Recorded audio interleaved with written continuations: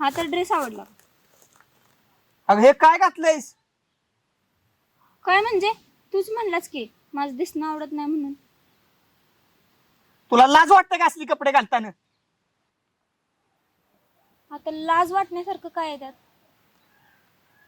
ही असली कपडे, ही आपली परंपरा, ही आपली संस्कृती. अगं सगळ्यात मोठा पुरस्कार घेताना माझी सिंधुताई सपकाळ पण नऊवारी लुगड्यात गेलेली. अगं लांबचं कशाला? परका माणूस जरी घरात आला तरी कधी आपल्या आईच्या डोक्याला पदर खाली येतो का? नाही, कधीच येत नाही.